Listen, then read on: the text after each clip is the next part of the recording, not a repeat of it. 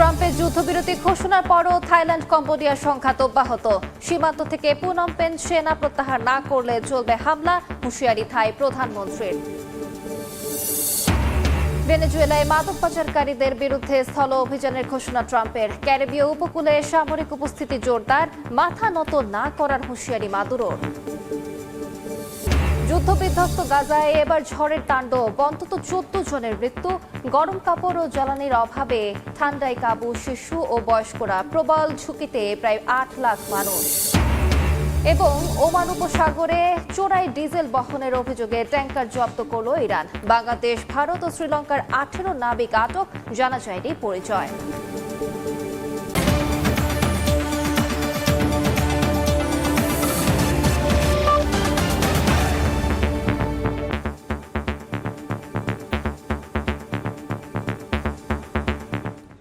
আন্তর্জাতিক সময়ের সঙ্গে আছি আমি আলিশা ইসলাম। মার্কিন প্রেসিডেন্টের যুদ্ধবিরতির ঘোষণার পরও থাইল্যান্ড কম্বোডিয়া সীমান্তে সংঘাত চলছে। কম্বোডিয়ার সরকারের দাবি, শনিবার থাই সেনারা বিমান হামলা চালিয়েছে। থাই প্রধানমন্ত্রী হুঁশিয়ারি দিয়ে বলেছেন, সীমান্ত থেকে সেনা প্রত্যাহার এবং পুঁতে রাখা মাইন না সরালে কোনো যুদ্ধবিরতি হবে না।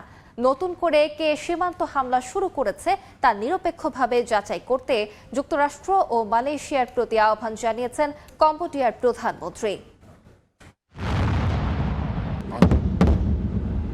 গত 6 দিন ধরে পাল্টাপাল্টি হামলায় উত্তপ্ত থাইল্যান্ড কম্বোডিয়া সীমান্ত। এর মধ্যেই শুক্রবার মার্কিন প্রেসিডেন্ট ডোনাল্ড ট্রাম্প দুই পক্ষের মধ্যে যুদ্ধবিরতির ঘোষণা দেন। তবে এবারও তার টেকেনি। দুই দেশের মধ্যে সীমান্তে পাল্টাপাল্টি হামলা চলছেই।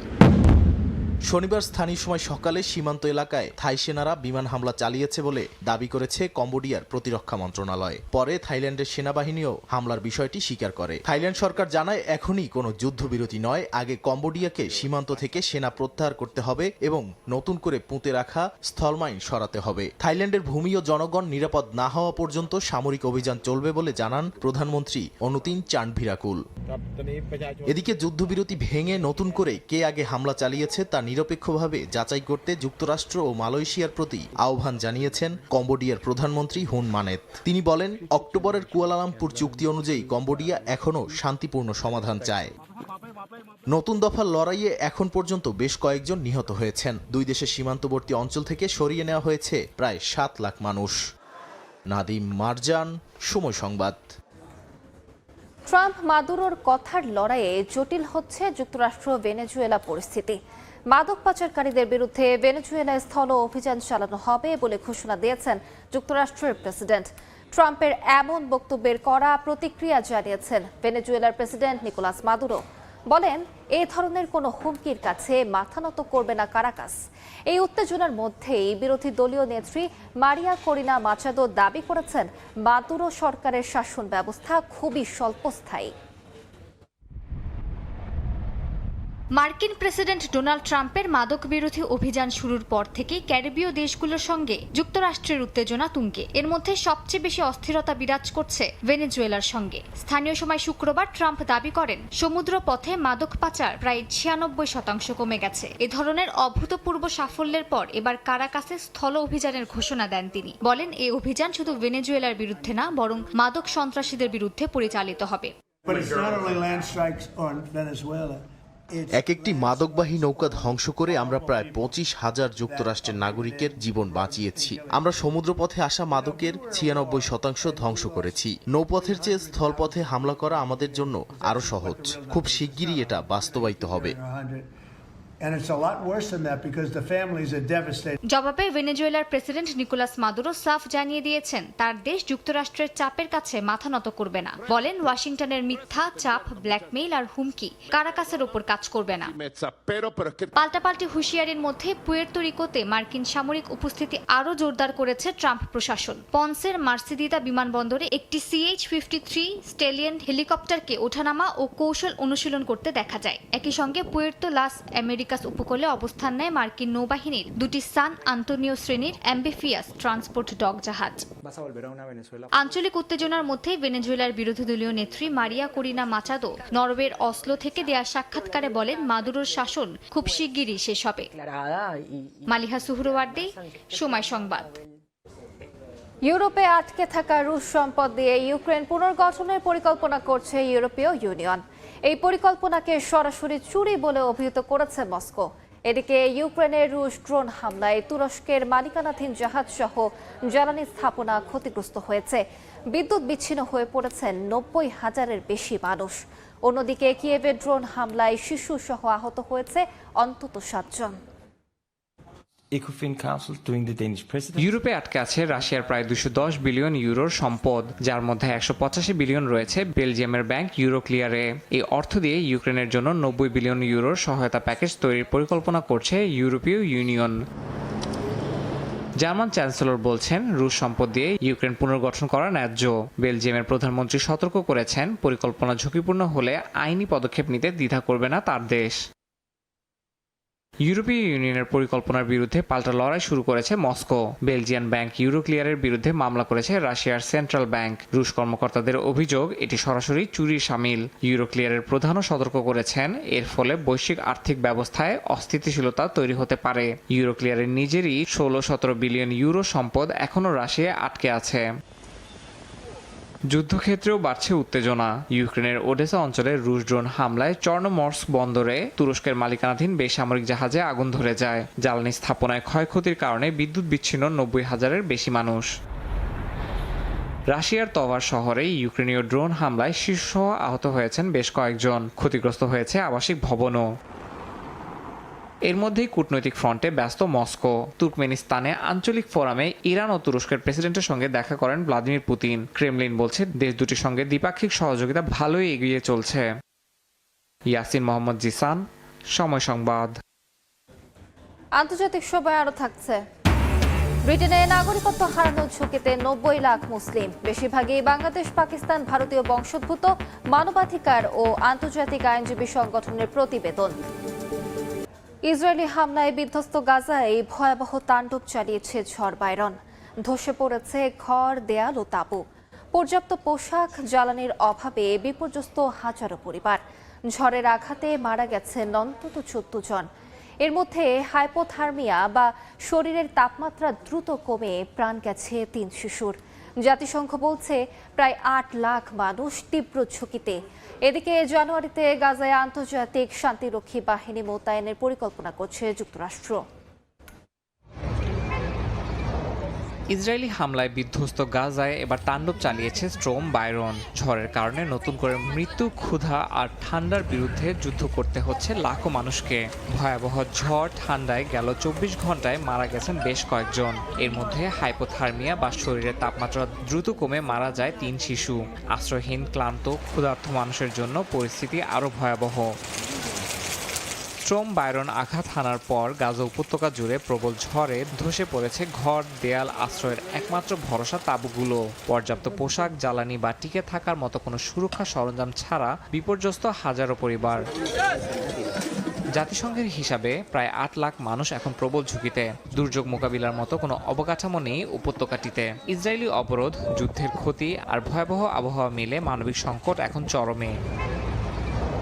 এদিকে লন্ডনে জাতিসংঘের বিশেষ প্রতিবেদক ফ্রান্সিসকা আলবানিজ বলেন, গাজা পুনর্গঠনের খরচ শুধু ইসরায়েলের নয়, যে দেশগুলো তেল আবিবকে অস্ত্র দিয়েছে তাদেরও বহন করতে হবে।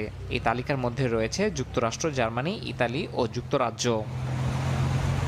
অন্যদিকে মার্কিন কর্মকর্তাদের বরাতে রয়টার্স জানায়, আগামী মাসেই গাজায় আন্তর্জাতিক স্থিতিশীলতা বাহিনী মোতায়েন করার পরিকল্পনা চূড়ান্ত করেছে যুক্তরাষ্ট্র। জাতিসংঘ অনুমোদিত এই বাহিনীর নেতৃত্বে একজন মার্কিন 2 তারকা জেনারেল থাকার প্রস্তাব রয়েছে। এই বাহিনী হামাসকে সরাসরি আক্রমণ করবে না, এটি হবে শান্তি ও স্থিতিশীলতা রক্ষার দ্বিতীয় ধাপ। হোয়াইট হাউস বলছে, টেকসই শান্তি নিশ্চিতের জন্য নীরব পরিকল্পনা এরই মধ্যে শুরু হয়েছে। ইয়াসিন মোহাম্মদ জিসান, সময় সংবাদ। ওমান উপসাগরে চোরাই তেল বহনের অভিযোগে একটি তেলবাহী জাহাজ জব্দ করেছে ইরান। জাহাজটিতে ভারত, শ্রীলঙ্কা ও বাংলাদেশের 18 জন নাবিক ছিলেন বলে জানিয়েছে ইরানি বার্তা সংস্থা ফার্স। তাদের সবাইকে আটক করা হয়েছে। প্রতিবেদনে বলা হয়, স্থানীয় সময় শুক্রবার ওমান সাগরের উপকূলে জাহাজটিতে অভিযান চালানো হয়। ওই রুটে চলাচলের বৈধ কোনো কাগজপত্র ছিল না দাবি করে 60 লাখ লিটার চোরাচালান করা ডিজেল জব্দের কথা জানানো হয়। ট্যাঙ্কারটির নাম বা এটি কোন দেশের সে ব্যাপারে কোনো কিছু জানানো হয়নি। তেহরানের দাবি, দেশটিতে খুচরা জ্বালানির দাম খুব কম। উপসাগরীয় এলাকায় তেল পাচার লাভজনক হওয়ায় এই ধরনের জাহাজ জব্দের ঘটনা প্রায়ই ঘটে। যুক্তরাজ্য সরকারের কট্টর ও গোপনীয় ক্ষমতায় নাগরিকত্ব হারানোর ঝুঁকিতে বাংলাদেশ, পাকিস্তান ও ভারতীয় বংশোদ্ভূত সহ ৯০ লাখ মুসলিম। যুক্তরাজ্যের মানবাধিকার সংস্থা ও আন্তর্জাতিক আইনজীবীদের সংগঠনের যৌথ প্রতিবেদন বলছে, স্বরাষ্ট্রমন্ত্রীর সিদ্ধান্তে আইনগতভাবে নাগরিকত্ব হারাতে পারেন তারা। এ নিয়ে নতুন করে উদ্বেগে দেশটির মুসলিম সম্প্রদায়। এটি কার্যকর হলে দেশটির নাগরিকত্ব ব্যবস্থায় একটি বর্ণভিত্তিক দ্বিস্তরীয় কাঠামো তৈরি করতে পারে বলে আশঙ্কা করছেন বিশ্লেষকরা। ২০২২ সালে কোনো ব্যক্তিকে না জানিয়ে নাগরিকত্ব বাতিলের ক্ষমতা পায় যুক্তরাজ্য সরকার। আর ২০২৫ সালের আইন অনুযায়ী আদালত সিদ্ধান্ত অবৈধ বললেও সরকারের আপিল শেষ না হওয়া পর্যন্ত নাগরিকত্ব ফিরে পাওয়ার সুযোগ নেই, যা কখনো কখনো বছরের পর বছর ঝুলে থাকতে পারে। যুক্তরাজ্য সরকারের কট্টর ও গোপনীয় এই ক্ষমতার কারণে ব্রিটিশ নাগরিকত্ব হারানোর ঝুঁকিতে আছেন দেশটির প্রায় ১ কোটি মুসলিম। ঝুঁকিতে থাকা ব্যক্তিদের বড় অংশই বাংলাদেশ, ভারত ও পাকিস্তানি বংশোদ্ভূত। যুক্তরাজ্যের মানবাধিকার সংস্থা রানিমিড ট্রাস্ট ও আন্তর্জাতিক আইনজীবীদের সংগঠন রিপ্রিভের যৌথ প্রতিবেদনে সতর্ক করে বলা হয়েছে, নাগরিকত্ব বাতিলে যুক্তরাজ্য সরকারের কট্টর ও গোপনীয় ক্ষমতা মুসলিমদের জাতীয় পরিচয় ও নাগরিক অধিকার কেড়ে নেওয়ার গুরুতর আশঙ্কা তৈরি করছে। প্রতিবেদনে বলা হয়, স্বরাষ্ট্রমন্ত্রীর সিদ্ধান্তে যুক্তরাজ্যের মোট জনসংখ্যার প্রায় ১৩% মানুষ আইনগতভাবে নাগরিকত্ব হারাতে পারেন। বর্তমান আইনে সরকার যদি মনে করে কেউ অন্য কোনো দেশের নাগরিকত্ব পাওয়ার যোগ্য, তবে তিনি ব্রিটিশ নাগরিকত্ব হারাতে পারেন। পাকিস্তান, বাংলাদেশ, ভারত, সোমালিয়া, নাইজেরিয়া, উত্তর আফ্রিকা ও মধ্যপ্রাচ্যের নাগরিকরাই সবচেয়ে ঝুঁকিতে রয়েছে বলে জানানো হয়েছে। বিশ্লেষণে বলা হয়, প্রতি ৫ জন অশ্বেতাঙ্গ মানুষের মধ্যে ৩ জন নাগরিকত্ব হারানোর আশঙ্কায় রয়েছেন, যেখানে শ্বেতাঙ্গ ব্রিটিশদের ক্ষেত্রে এই হার ২০ জনে মাত্র ১ জন। মালিহা সুহরওয়ার্দী, সময় সংবাদ। আন্তর্জাতিক সময় আরো থাকছে। বন্যায় বিপর্যস্ত যুক্তরাষ্ট্রের ওয়াশিংটন রাজ্য। মন্টানায় ভেঙে গেছে সেতু, সরিয়ে নেওয়া হচ্ছে বাসিন্দাদের। কানাডার ব্রিটিশ কলাম্বিয়ায় বন্যা সতর্কতা। বার্থ ট্যুরিজম বন্ধে কঠোর হচ্ছে যুক্তরাষ্ট্র। এখন থেকে সন্তান জন্ম দেওয়ার উদ্দেশ্যে দেশটিতে যেতে পারবেন না ভারতীয়রা। এক বার্তায় এমন নির্দেশনার কথা জানিয়েছে ভারতের মার্কিন দূতাবাস। গর্ভাবস্থায় যুক্তরাষ্ট্রে যাওয়ার আবেদন করলে তা বাতিল করা হবে বলেও জানানো হয়েছে। এদিকে ইলেকট্রনিক্স ও সোলার শিল্পে লোকসান এড়াতে চীনা নাগরিকদের ব্যবসায়ী ভিসা প্রক্রিয়া সহজ করেছে নয়াদিল্লি। যুক্তরাষ্ট্রের মাটিতে কোনো শিশুর জন্ম হলে সে জন্মসূত্রে মার্কিন নাগরিকত্ব পায়। এই সুযোগ কাজে লাগাতে অনেকেই ভিজিট কিংবা পর্যটক ভিসায় দেশটিতে গিয়ে সন্তান জন্ম দিয়ে থাকেন। এ তালিকায় শীর্ষে ভারতীয়রা। তবে এবার বার্থ ট্যুরিজম বন্ধে কঠোর হচ্ছে যুক্তরাষ্ট্র। ভারতে অবস্থিত মার্কিন দূতাবাস থেকে দেয়া এক বার্তায় বলা হয়েছে, কোনো ভারতীয় যদি তার সন্তান জন্ম দেওয়ার উদ্দেশ্যে যুক্তরাষ্ট্রে যাওয়ার জন্য দর্শনার্থী কিংবা ভ্রমণ ভিসার আবেদন করেন, তাহলে সেই আবেদন বাতিল করা হবে। এদিকে H-1B এবং H-4 ভিসার আবেদনকারীদের জন্য নিয়ম আরও কঠোর করা হচ্ছে। মার্কিন পররাষ্ট্র দপ্তর জানিয়েছে, 15 ডিসেম্বর থেকে এই ভিসার আবেদন গৃহীত হওয়ার জন্য নির্দিষ্ট মানদণ্ড পূরণের জন্য আবেদনকারীদের অনলাইন উপস্থিতি পর্যালোচনা সম্পন্ন করতে হবে। এদিকে যুক্তরাষ্ট্রের ভিসা নীতি ও শুল্ক নিয়ে কড়াকড়িতে চীনের দিকে ঝুঁকছে ভারত। চীনা পেশাজীবীদের জন্য ব্যবসায়িক ভিসার প্রক্রিয়া সহজ করছে দেশটি। চীনা টেকনিশিয়ান না পাওয়ায় গত 4 বছরে ভারতীয় ইলেকট্রনিক্স ও সোলার শিল্প প্রায় $15 বিলিয়ন ক্ষতির মুখে পড়েছে। এছাড়া মার্কিন শুল্কচাপ থেকে অর্থনীতিকে বাঁচাতে মরিয়া হয়ে আছে মোদী সরকার। শিল্প খাত দুটিতে লোকসান এড়াতেই নয়াদিল্লি এমন পদক্ষেপ নিয়েছে বলে মনে করছেন বিশ্লেষকরা। দেশটির এমন পদক্ষেপকে স্বাগত জানিয়েছে চীন। নাদিম মারজান, সময় সংবাদ। ইরানের নোবেল পুরস্কার জয়ী নার্গিস মোহাম্মদীকে গ্রেপ্তার করেছে দেশটির নিরাপত্তা বাহিনী। স্থানীয় সময় শুক্রবার দেশটির মাশহাদ শহরে এক আইনজীবীর স্মরণসভা থেকে নার্গিস সহ আরও কয়েকজনকে গ্রেপ্তার করা হয়। তবে তাকে গ্রেফতারের বিষয়ে কোনো মন্তব্য করেনি ইরানি কর্তৃপক্ষ। নার্গিস মোহাম্মদী ইরানে নারীদের ওপর হওয়া দমন-পীড়নের বিরুদ্ধে লড়াইয়ের স্বীকৃতিস্বরূপ 2023 সালে শান্তিতে নোবেল পেয়েছিলেন। বন্যায় বিপর্যস্ত যুক্তরাষ্ট্রের ওয়াশিংটন অঙ্গরাজ্য। পানিতে তলিয়ে গেছে বহু এলাকা। 10,000-এরও বেশি মানুষকে নিরাপদ স্থানে সরিয়ে নেওয়ার নির্দেশ দেওয়া হয়েছে। মন্টানা অঙ্গরাজ্যের উত্তর পশ্চিমে ভারী বৃষ্টিপাতের কারণে অন্তত 3টি সেতু ধসে পড়েছে। উদ্ধারকারীরা ধ্বংসস্তূপ সরানো, রাস্তা ও সেতু সংস্কারের পাশাপাশি বাসিন্দাদের পুনর্বাসনের কাজ করছেন। এদিকে বন্যায় কানাডার ব্রিটিশ কলাম্বিয়ার বিস্তীর্ণ এলাকাও প্লাবিত হয়েছে। জারি করা হয়েছে সতর্কতা। কয়েকদিনের টানা বর্ষণে নদীর পানি বিপদসীমার উপর দিয়ে প্রবাহিত হয়ে প্লাবিত যুক্তরাষ্ট্রের ওয়াশিংটন অঙ্গরাজ্য। তলিয়ে গেছে কৃষিজমি, বসতবাড়ি। বন্যায় ভেঙে গেছে বহু গাছপালা। অঙ্গরাজ্যের সিয়াটল ও স্নোহোমিশ নগরীর বেশ কিছু বাড়িঘর ডুবে গেছে। সীমান্ত নগরী সুমাসের নিম্নাঞ্চলের কিছু অংশ প্লাবিত হয়েছে। আটকে পড়াদের উদ্ধারে কাজ করছেন ন্যাশনাল গার্ডের সদস্যরা। অঙ্গরাজ্যের উত্তর পশ্চিমাঞ্চল থেকে 10,000-এরও বেশি মানুষকে সরিয়ে নেওয়ার নির্দেশ দেওয়া হয়েছে। মন্টানার উত্তর পশ্চিমে ভারী বৃষ্টিপাতের কারণে অন্তত 3টি সেতু ধসে পড়েছে। লিবি শহরে গির্জায় জরুরি আশ্রয় শিবির খোলা হয়েছে। লিঙ্কন কাউন্টিতে জরুরি অবস্থা ঘোষণা করা হয়েছে। সরকারি ও স্থানীয় উদ্ধারকারীরা ধ্বংসস্তূপ সরানো, রাস্তা ও সেতু সংস্কারের পাশাপাশি বাসিন্দাদের পুনর্বাসনে কাজ করছেন। বন্যা দেখা দিয়েছে কানাডার ব্রিটিশ কলাম্বিয়াতেও। পানিতে তলিয়ে গেছে বিস্তীর্ণ এলাকা। ঝুঁকির মুখে পড়েছে কয়েকশো বাড়িঘর। ভ্যাঙ্কুভারের সঙ্গে যাতায়াতের কয়েকটি প্রধান মহাসড়ক বন্ধ করে দেওয়া হয়েছে। আবহাওয়াবিদরা জানান, প্রশান্ত মহাসাগর থেকে ধেয়ে যাওয়া একটি অ্যাটমসফেরিক রিভার বা বায়ুমণ্ডলে থাকা জলীয় বাষ্পের প্রভাবে যুক্তরাষ্ট্র ও কানাডার পশ্চিম উপকূলের কিছু এলাকায় 25 সেন্টিমিটারেরও বেশি বৃষ্টিপাত হয়েছে। রাইসা জান্নাত, সময় সংবাদ। ধৈর্য হারিয়ে পাকিস্তানের প্রধানমন্ত্রী শাহবাজ শরীফ ঢুকে পড়লেন এরদোয়ান পুতিনের রুদ্ধদ্বার বৈঠকে। রুশ প্রেসিডেন্টের জন্য 40 মিনিট অপেক্ষার পর শাহবাজ এমন কাণ্ড ঘটান বলে দাবি করেছে গণমাধ্যম RT ইন্ডিয়া। যদিও কিছুক্ষণ পর সংবাদটি ওয়েবসাইট থেকে সরিয়ে নেয় গণমাধ্যমটি। এই ঘটনার পর থেকে সামাজিক যোগাযোগ মাধ্যমে তীব্র সমালোচনার শিকার হচ্ছেন পাকিস্তানের প্রধানমন্ত্রী। সামাজিক মাধ্যমে ছড়িয়ে পড়া একটি ভিডিওতে দেখা যায় পাকিস্তানের প্রধানমন্ত্রী শাহবাজ শরীফ একটি কক্ষে অপেক্ষা করছেন। পেছনে পাকিস্তান রাশিয়ার পতাকা আর তার পাশের চেয়ারটি ফাঁকা। ভারতীয় গণমাধ্যম RT ইন্ডিয়া দাবি করে, তুর্কমেনিস্তানের নিরপেক্ষতা ঘোষণার 30 বছর পূর্তি উপলক্ষে আয়োজিত আন্তর্জাতিক সম্মেলনের ফাঁকে পুতিনের সঙ্গে বৈঠকের অপেক্ষায় ছিলেন শাহবাজ শরীফ। তুরস্কের প্রেসিডেন্ট রিসেপ তাইপ এরদোয়ানের সঙ্গে পুতিনের বৈঠক দীর্ঘ হওয়ায় পাশের কক্ষে অপেক্ষা করতে করতে এক পর্যায়ে অধৈর্য হয়ে শাহবাজ নিজেই বৈঠক কক্ষে ঢুকে পড়েন। RT ইন্ডিয়ার দাবি, প্রায় 10 মিনিট পর তিনি ওই কক্ষ ত্যাগ করেন। এ থেকেই শুরু হয় গেট ক্র্যাশ বিতর্ক। এমন ভিডিও ছড়িয়ে পড়ার পর শাহবাজ শরীফকে নিয়ে সামাজিক মাধ্যমে শুরু হয় ট্রলিং। পাশাপাশি ভারতীয় বিভিন্ন গণমাধ্যম পাকিস্তানের প্রধানমন্ত্রীকে নিয়ে নানা কটাক্ষমূলক প্রতিবেদন প্রকাশ করতে থাকে। গণমাধ্যমগুলোতে ভারতের প্রধানমন্ত্রী নরেন্দ্র মোদীর সঙ্গে পুতিনের আচরণের বিপরীতে শাহবাজের সঙ্গে পুতিনের ব্যবহারের তুলনা করতেও দেখা গেছে।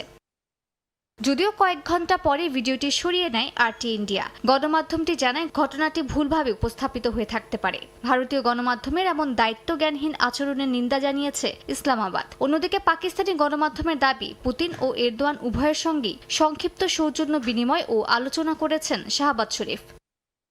মালিহা সুহরওয়ার্দী, সময় সংবাদ। আন্তর্জাতিক সময় শীর্ষ সংবাদগুলো জানিয়ে দিচ্ছে আরেকবার। ট্রাম্পের যুদ্ধবিরতি ঘোষণার পরও থাইল্যান্ড কম্বোডিয়া সংঘাত অব্যাহত। সীমান্ত থেকে পুনম পেন সেনা প্রত্যাহার না করলে চলবে হামলা, হুঁশিয়ারি থাই প্রধানমন্ত্রীর। ভেনেজুয়েলায় মাদক পাচারকারীদের বিরুদ্ধে স্থল অভিযানের ঘোষণা ট্রাম্পের। ক্যারিবীয় উপকূলে সামরিক উপস্থিতি জোরদার, মাথা নত না করার হুঁশিয়ারি মাদুরোর।